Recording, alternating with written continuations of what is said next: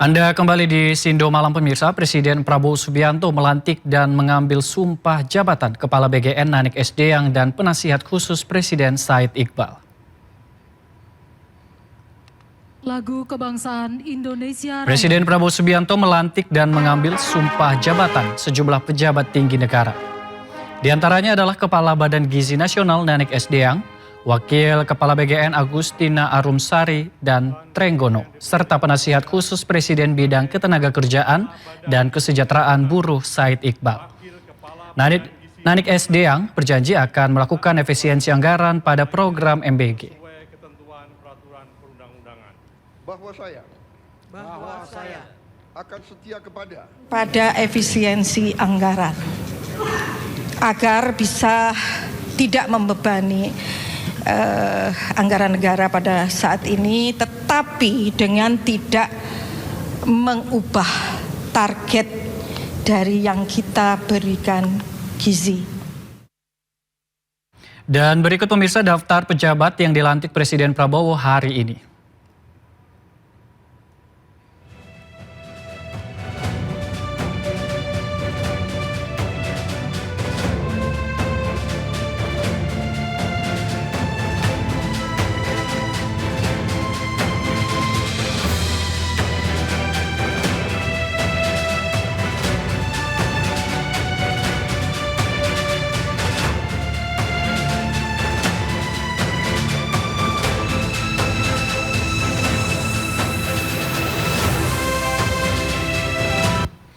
Dan pemirsa, mari kita saksikan sepak terjang Nanik SD yang berikut ini.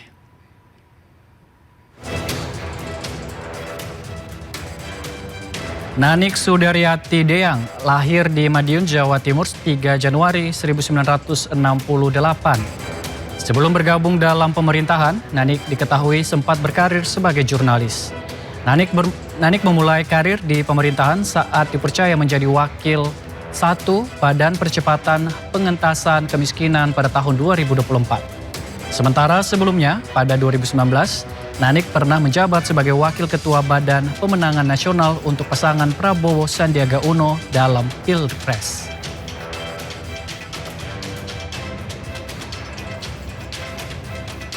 Lalu berikut profil Said Iqbal.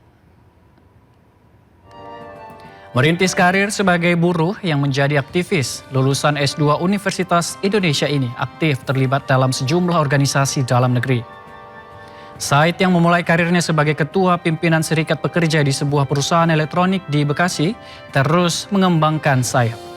Dia sempat menjabat Presiden FSPMI sebelum menjabat sebagai anggota Dewan Pengupahan Nasional, Presiden KSPI, dan saat ini Presiden Partai Buruh Indonesia.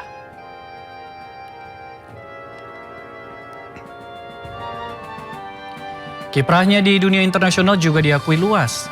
Said menjabat sebagai anggota Komite Pusat Federasi Pekerja Metal Dunia, Wakil Presiden Dewan Serikat Dagang ASEAN Trade Union Council, dan anggota Dewan Umum Konfederasi Serikat Dagang Internasional.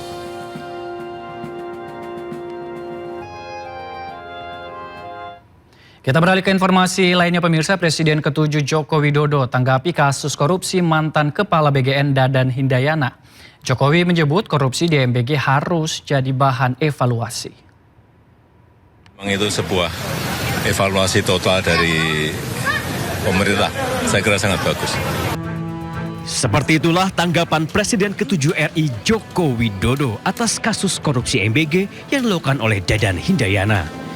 Jokowi menyebut selaku tersangka korupsi, Dadan pantas ditangkap. Jokowi mungkin lupa 2 tahun lalu dirinya lah yang memilih dan melantik Dadan Hindayana sebagai Kepala Badan Gizi Nasional. Badan yang ia bentuk 2 bulan sebelum dirinya lengser dari kursi presiden. Setelah Prabowo Subianto menjadi RI 1, selanjutnya Dadan bekerja di bawah arahannya. Awal Januari 2025, MBG lalu diluncurkan secara nasional. Prabowo pun tampak puas, program unggulannya berjalan lancar. Dadan pun dianugerahi tanda kehormatan bintang jasa utama. Sayang bak layu sebelum berkembang, belum genap 2 tahun program MBG terbelit skandal korupsi. Pelakunya bukan orang jauh, dia adalah Dadan Hindayana. Kejagung menyebut dibantu dua mantan wakilnya Sony Sonjaya dan Lodowik Pusung, ketiganya melakukan penyimpangan tata kelola MBG. Ketiganya mendapat uang haram hingga 1 miliar rupiah setiap hari. Kini Dadan, Sony dan Lodowik telah ditetapkan sebagai tersangka.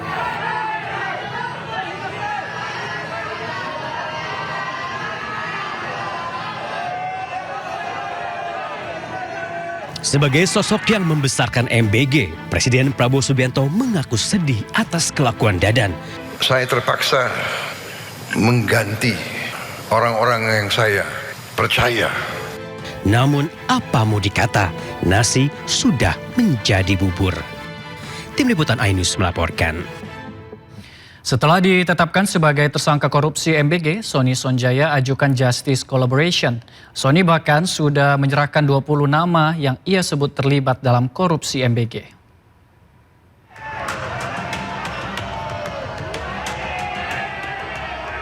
Menjadi satu dari 3 tersangka korupsi MBG, mantan Wakil Kepala BGN Sony Sonjaya langsung ajukan diri sebagai Justice Kolaborator. Bukan hanya rencana, kuasa hukum Sony Krisnamurti langsung menyerahkan surat pengajuan Justice Kolaborator ke Kejaksaan Agung. Krisna mengaku Sony bahkan sudah menyerahkan 20 lebih nama yang diduga bekerja sama menggerogoti uang MBG. Ya, lebih dari 20 nama kan itu disebutkan. Cuman klien kami bilang itu baru sebagian. Karena break kita kan di dalam pemeriksaan kemarin klien kami cukup lelah dan mungkin akan ada pemeriksaan lanjutan. Nggak tahu nanti kapan penyidik akan memberitahukan kita dan akan diungkap mungkin ya kemarin bilang baru sebagian aja kan nama-nama itu. Sebelumnya bersama mantan Kepala BGN Dadan Hindayana dan mantan Wakil BGN Lodowik Pusung, Sony ditangkap Kejagung. Ketiganya langsung ditetapkan sebagai tersangka. Mereka diduga cawe-cawe dalam proyek BGN. Penyidik bahkan menuduh Sony terafiliasi dengan sejumlah yayasan dapur MBG.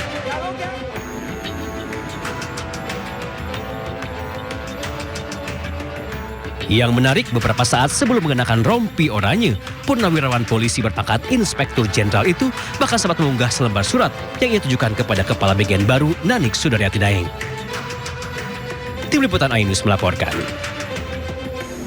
Ex-Wakil Menteri Imigrasi dan Pemasyarakatan Silmi Karim diperiksa perdana oleh penyidik Komisi Pemberantasan Korupsi usai ditetapkan sebagai tersangka kasus dugaan pemerasan terkait pengurusan izin WNA di Ditjen Imigrasi. Nampak Silmi Karim digiring petugas dari mobil tahanan menuju ruang pemeriksaan di Gedung Merah Putih KPK Jakarta Senin sore. Meski demikian, belum diketahui Silmi akan diperiksa sebagai saksi atau tersangka dalam pemeriksaan perdana hari ini.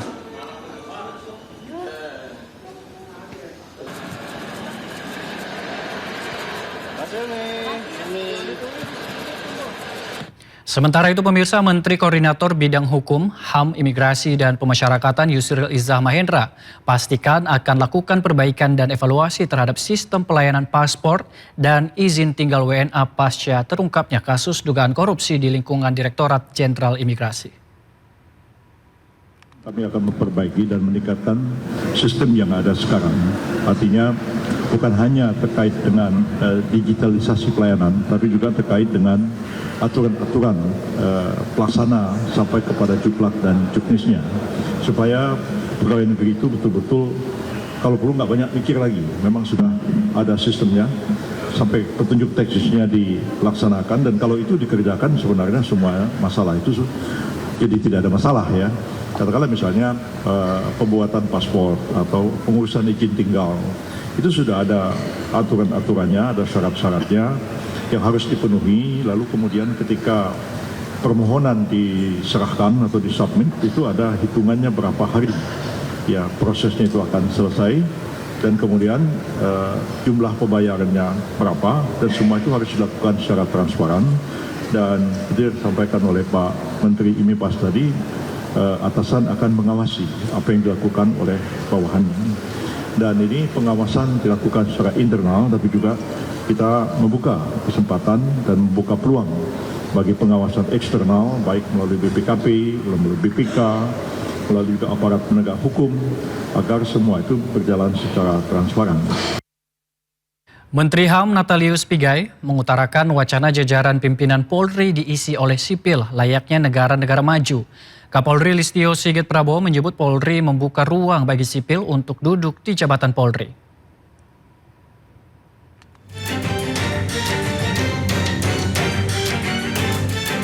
Menteri HAM Natalius Pigai menyampaikan gagasan agar pejabat kepolisian bisa diisi oleh sipil. Hal ini sudah biasa dilakukan di negara-negara maju. Kapolri sebagai pucuk pimpinan tetap dipegang dari kepolisian, sementara jabatan strategis lainnya diisi oleh sipil, seperti jabatan manajerial, keuangan, teknologi, dan perencanaan. Dengan jabatan sipil di tubuh Polri bisa memberikan kesempatan kepada ASN Polri untuk menduduki jabatan strategis dan tidak berhenti di eselon 4. Seperti NYPD. Ya, NYPD itu pucuk pimpinannya sipil. Dulu sebelumnya dia Departemen Sanitasi. Sekarang menjadi kepala NYPD. Tapi kalau pemimpin khusus teknis operasional kepolisian, namanya Chief of Department, itu polisi. Tapi pimpinannya selalu sipil. Wakil Ketua Komisi 3 DPR RI Ahmad Sahroni mengkritik pernyataan Pigai. Sahroni minta Pigai fokus menjalankan tugasnya di bidang HAM. Karena jabatan di institusi kepolisian tengah dalam proses pembahasan RUU Polri di DPR. Bang Pigai, jangan usul yang enggak. Bang Pigai fokus aja sama membela siapapun dia pada hak-hak sebagai manusia. Rasanya itu lebih bermartabat daripada Bang Pigai mengusulkan jabatan pucuk pimpinan di kepolisian bisa diberikan oleh sipil. Bang, please Bang, Abang fokus saja kepada pekerjaan Abang, jangan ngurusin yang lain-lain. Sementara itu Kapolri memberikan ruang bagi sipil untuk dapat menduduki jabatan strategis di Polri. Hal ini juga menjadi timbal balik karena polisi juga bisa menjabat di luar struktur. Ya memang kita memberikan ruang resiprokal, ASN bisa masuk ke polisi. Oh, begitu. Jadi akan didorong direvisi. Pada saat kita diberikan ruang di luar struktur, maka kita juga memberikan ruang dari ASN di luar Polri untuk bisa masuk ke Polri. Saat ini revisi Undang-Undang Polri masih dalam pembahasan di DPR. Pemerintah menginginkan substansi yang direvisi dalam Undang-Undang Polri akan menguatkan pelayanan, pengayom, dan pelindung masyarakat. Tim Liputan Anyus melaporkan.